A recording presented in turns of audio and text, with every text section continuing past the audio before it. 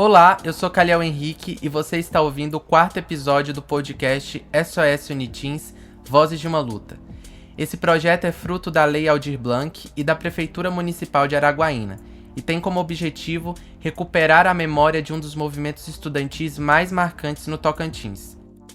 Nos episódios anteriores, discutimos a criação da Uniteens, a crise provocada pela cobrança de mensalidades e o embate entre estudantes e o projeto político de Siqueira Campos. Hoje, vamos acompanhar como a indignação saiu das salas de aula e ocupou as ruas e praças. Como a palavra de ordem "A Uniteens é nossa" se transformou em cartazes, protestos e ocupações que colocaram o Tocantins no mapa da luta estudantil nacional. O final dos anos 90 foi um momento de grande efervescência política no Brasil. No Rio de Janeiro, São Paulo e Brasília, estudantes protestavam contra cortes de verbas e contra a expansão desregulada do ensino privado. O movimento estudantil tinha forte expressão nacional por meio da União Nacional dos Estudantes e da União Brasileira dos Estudantes Secundaristas. No Tocantins, esse espírito encontrou eco no descontentamento com a Uniteens. Assembleias realizadas em Araguaína e Palmas começaram a reunir centenas de estudantes. Desses encontros nasceram as primeiras marchas e atos públicos, que logo ganharam repercussão na imprensa estadual. Panfletos distribuídos à época, preservados em acervos pessoais e arquivos estudantis, revelam a força simbólica da palavra de ordem "A Uniteens é nossa". Ela sintetizava a reivindicação de uma universidade pública e gratuita, mas também denunciava a apropriação privada de um direito coletivo. As manifestações não se restringiam a passeatas. Em 1999 e 2000, estudantes organizaram ocupações simbólicas de prédios da universidade e chegaram a paralisar atividades acadêmicas em alguns campi. A tática de ocupar não era apenas resistência, mas também forma de visibilizar a luta. Como analisa Edward Thompson, os movimentos sociais constroem sua força também pelo teatro da ação coletiva, o ato público que transforma a indignação em espetáculo político. O governo, no entanto, reagiu com hostilidade. Relatos da época falam de tentativas de criminalizar lideranças estudantis, uso da polícia para reprimir manifestações e declarações oficiais que classificavam os protestos como ações de uma minoria barulhenta. Mas como lembra a historiadora Marieta de Moraes Ferreira, a história dos movimentos sociais é também a história da resistência contra o silêncio imposto pelos poderosos. Mas como lembra a historiadora Marieta de Moraes Ferreira, a história dos movimentos sociais é também a história da resistência contra o silêncio imposto pelos poderosos. Cada ato estudantil contra a cobrança de mensalidades era um gesto de afirmação, de que o Tocantins não aceitaria calado a exclusão de sua juventude da universidade. Aí veja, dois momentos de tensão, que eu diria de grande tensão para mim, porque eu não ficava em Palmas direto. E aí, quando a gente ia, a gente às vezes arrumava algum carro, conseguia algum carro de alguém, ou ia de ônibus, ou pegava carona se tivesse alguma viagem institucional. E a gente, passando de Tocantinópolis, levava pessoas de Araguaína. E aqui, quem foi muito atuante aqui era o Odmar e a Cida. O Odmar mora hoje aqui em Filadélfia, aqui pertinho. Inclusive, eu tenho o número dele. E o Odmar era da geografia, uma pessoa muito aguerrida. Mas dois momentos de tensão, mas nem sempre a gente estava todo mundo junto lá. Eu lembro que eu passei um tempo lá, do tipo, olha, vamos reunir era o Eduardo Siqueira, que foi colocado a pessoa que estava na linha de frente do governo como articulador, como disse que ele queria projetar o nome dele para governo. Vai ter uma reunião com o Eduardo, a segunda reunião com o Eduardo, vamos embora.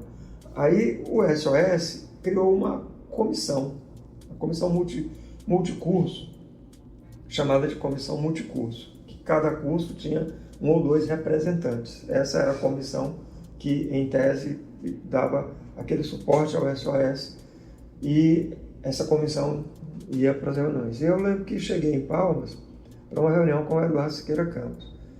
E estava lá numa dessas casas de aluno.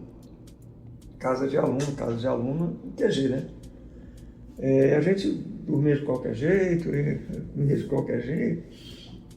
E a reunião ia ser à tarde, com o Eduardo Siqueira Campos. E eu já tinha chegado lá, a gente articulando o que faria. Eu sei que beirou assim umas 10h30 da manhã, aparece na porta do nosso QG, da nossa casa, da nossa Bate-Caverna, de uma delas, inclusive a outra tinha o nome...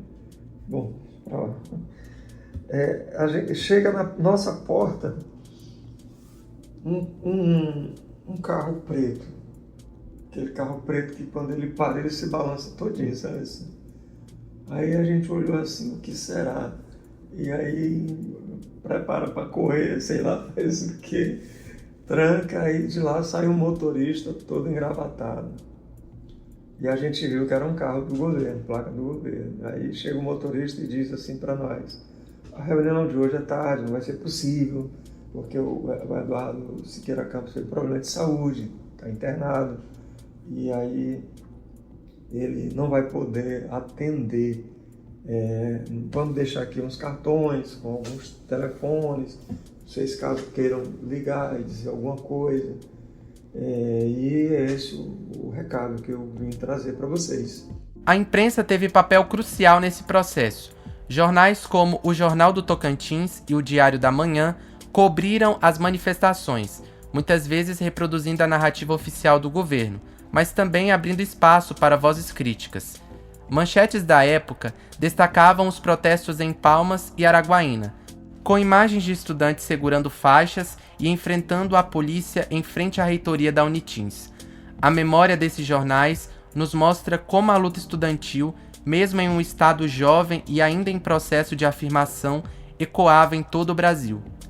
A repercussão também chegou às entidades nacionais como a UNE, que incorporou o SOS Unitins à pauta da luta contra a privatização do ensino superior no governo FHC.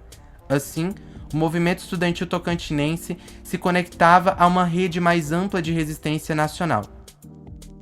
Greve de fome por uma Unitins pública e gratuita. Após várias tentativas de negociação com o governo, todas elas falhas, nós, estudantes da Fundação Universidade do Tocantins, resolvemos deflagrar, a partir de 25 de abril, greve de fome, até que as autoridades atendam nossas reivindicações.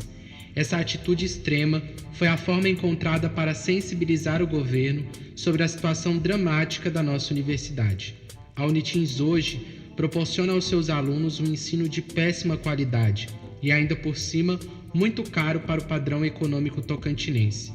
A Unitins não pode morrer, precisamos salvá-la, nem que para isso seja necessário darmos nossas vidas. Não podemos admitir que o Tocantins, o segundo estado mais pobre do Brasil, seja o único a não ter uma universidade pública e gratuita.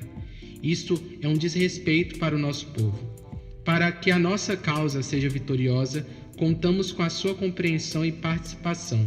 Se vencermos, amanhã seu filho será respeitado e terá um ensino de qualidade e grátis, como determina a lei. Assina DCE Comissão Multicursos Unitins. Ao relembrar o SOS Unitins, não estamos apenas olhando para 99 ou 2000. Estamos refletindo sobre o presente, sobre os desafios da permanência estudantil, os cortes de orçamento e a necessidade de defender a universidade pública. Este foi o 4º episódio do nosso podcast SOS Unitins, Vozes de uma Luta, realizado com recursos da Lei Aldir Blanc e da Prefeitura Municipal de Araguaína. Hoje, vimos como a luta deixou os corredores da universidade e tomou as ruas, transformando-se em um movimento de grande visibilidade social e política. No próximo episódio, vamos discutir os desdobramentos deste enfrentamento, as negociações, as derrotas, as vitórias e o que ficou como legado do SOS Unitins para o futuro da educação no Tocantins. Eu sou Caliel Henrique e agradeço a sua escuta. Até a próxima!